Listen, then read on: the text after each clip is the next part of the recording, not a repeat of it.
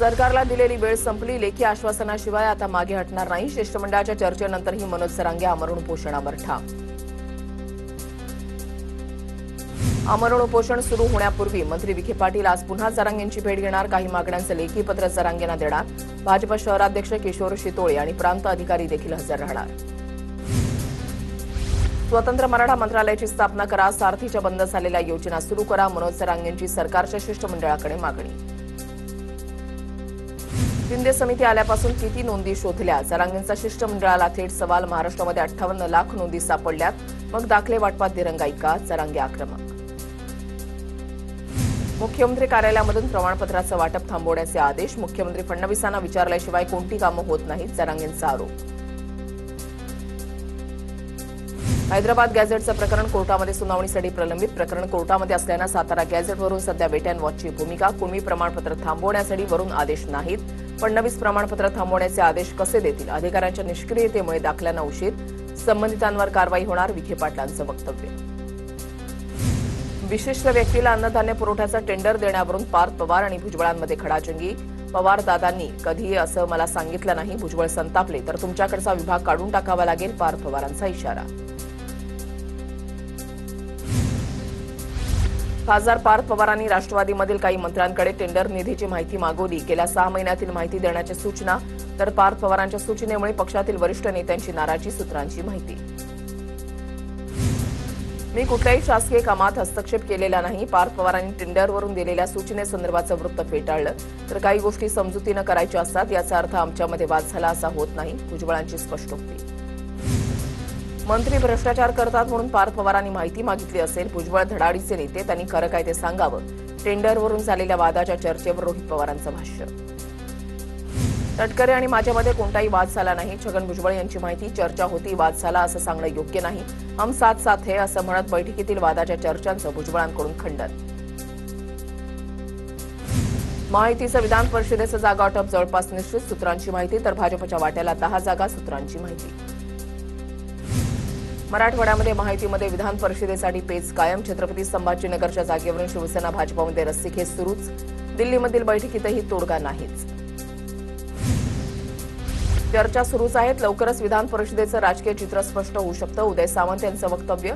तर विधान परिषद माहिती एकत्र लढणार असल्याचंही तटकरेंकडून स्पष्ट. 2 ऐवजी 3 जागेवर विधान परिषद लढवावी. राष्ट्रवादी नेत्यांची आग्रही भूमिका. सूत्रांची माहिती. पुणे, रायगड, परभणीच्या जागेसाठी दादांची राष्ट्रवादी आग्रही. सुनेत्रा पवार आज फडणवीसांची भेट घेण्याची शक्यता. नाशिक विधान परिषदेसाठी गणेश गीतेंनी अर्ज घेतला. जागेवरून माहितीमध्ये तणाव कायम. नाशिक विधान परिषदेसाठी भाजपमध्ये अंतर्गत चुरसही वाढली. गिरीश महाजनांचे 2 निकटवर्तीय उमेदवारीवरून आमने सामने.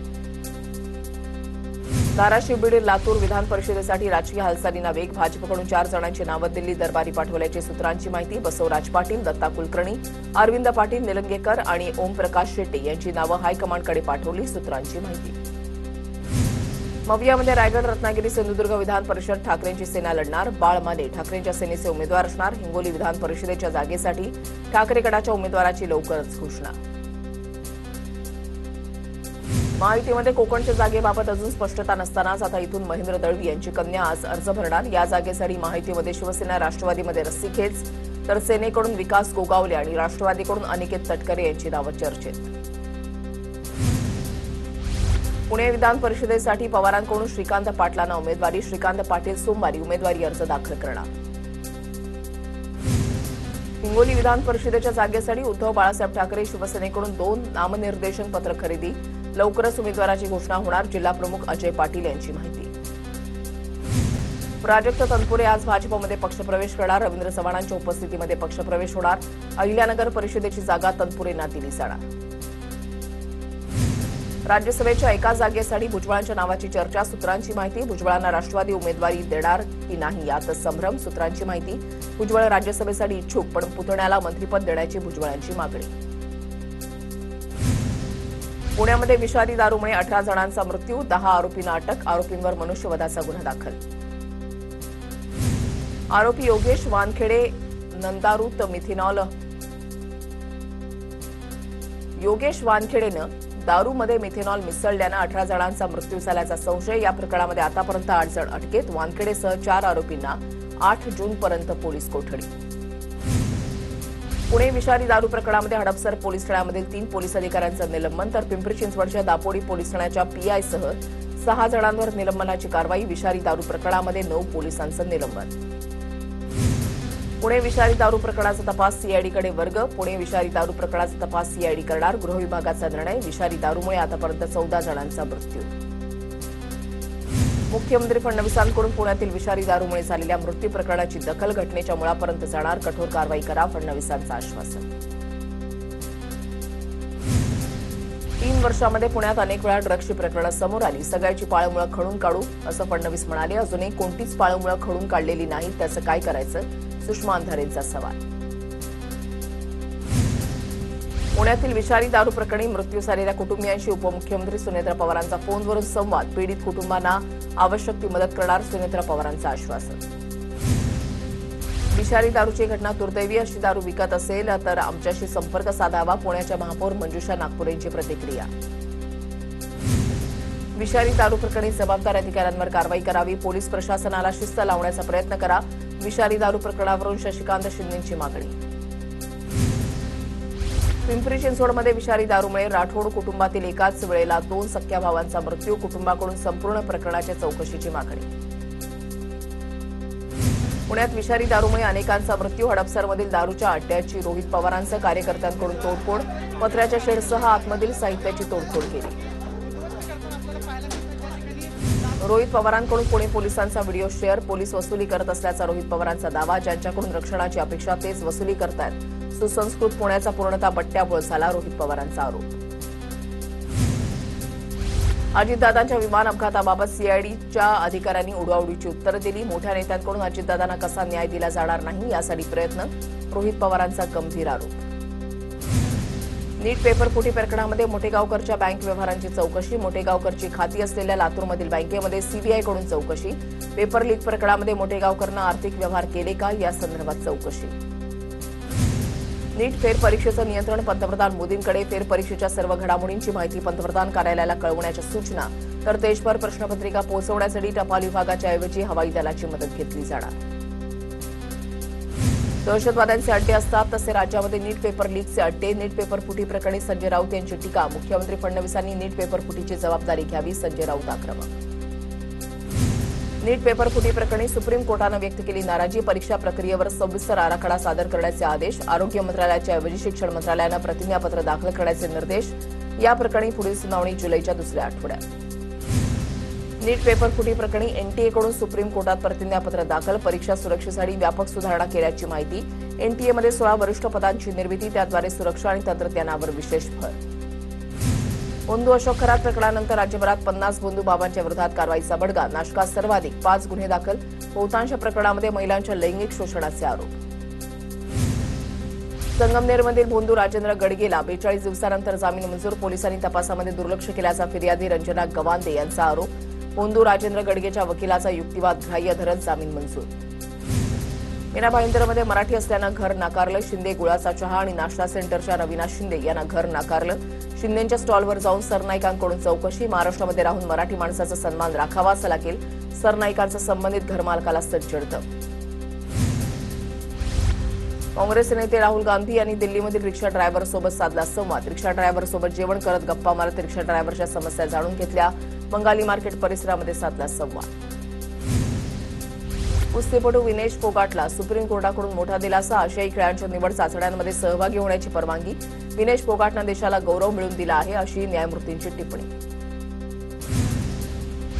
व्हाईस ॲडमिरल अजय कोचर यांची भारतीय नौदलाच्या उपप्रमुखपदी नियुक्ती. अजय कोचर यांनी 48वे BCNS म्हणून पदभार स्वीकारला. भारतामध्ये लवकरच कागदीऐवजी प्लास्टिकच्या नोटा चलनात येण्याची शक्यता. रिझर्व्ह बँकेकडून याबाबत वेगानं नियोजन सुरू. लवकरच निर्णयावर अंतिम शिक्कामोर्तब होऊ शकतं. होर्मुझची नाकेबंदी हटवण्यास डोनाल्ड ट्रम्प यांची अटीसह तयारी. कोणतेही अण्वस्त्र वापरणार नाही हे इराणनं मान्य करावं. इराणनं शक्य तितक्या लवकर निर्णय घ्यावा, ट्रम्प यांची भूमिका. अण्वस्त्रावरील ट्रम्प यांचे दावे चुकीचे. युद्धबंदी करारावर अंतिम निर्णय झालेला नाही. इराणनं ट्रम्प यांचे दावे फेटाळले. राजस्थानचा 7 विकेट्सचा पराभव करत गुजरातची फायनलमध्ये एंट्री. फायनलमध्ये आता 31 तारखेला बंगळुरू विरुद्ध गुजरातची लढत. शुभमन गिलचं शतक तर वैभव सूर्यवंशीची 96 धावांची खेळी व्यर्थ. मुंबईमध्ये तंत्रज्ञान क्षेत्रातील आघाडीच्या मुंबई टेक वीक 2026 शानदार उद्घाटन. मुख्यमंत्री देवेंद्र फडणवीस यांच्या हस्ते या परिषदेचं उद्घाटन. तंत्रज्ञान क्षेत्रामधील दिग्गज यावेळेला उपस्थित. जळगावमध्ये नव्या जिल्हाध्यक्षांची नियुक्तीनंतर काँग्रेस भवनातील साहित्य गायब. खुर्च्या, टेबल, एसी, संगणक सारखं साहित्य गायब. काँग्रेस प्रदेश समितीकडून प्रकरणाची गंभीर दखल. कल्याणमध्ये इंधन दरवाढीच्या विरोधात काँग्रेसचं आंदोलन. घोड्यावर बसून तहसील कार्यालयावर काँग्रेसचा मोर्चा. नागरिकांना मेलोडी, चॉकलेट वाटत आंदोलन. भंडाऱ्यामध्ये काँग्रेसचे महागाई आणि बेरोजगारीच्या विरोधात आंदोलन. चॉकलेट वाटून काँग्रेस कार्यकर्त्यांकडून सरकारचा निषेध. जिल्हाधिकारी कार्यालयासमोर काँग्रेसची निदर्शनं. अंबरनाथ पालिकेमध्ये शिवसेना भाजपा आमने-सामने. मुख्याधिकाऱ्यांच्या गैरहजेरीवरून राजकीय संघर्ष पेटला. भाजपनं अधिकाऱ्यांच्या खुर्चीला हार घालून आंदोलन केल्यानंतर शिवसेनेकडून सुपारी राजकारणाचा गंभीर आरोप. नंदुरबारच्या अक्कलकुवा पंचायत समितीमध्ये आमदार आमशा पाडवींची अचानक पाहणी. कार्यालयामध्ये सर्व कर्मचारी गैरहजर असल्याची धक्कादायक बाब समोर. मुख्यमंत्र्यांकडे तक्रार करणार आमदार आमशा पाडवी आक्रमक.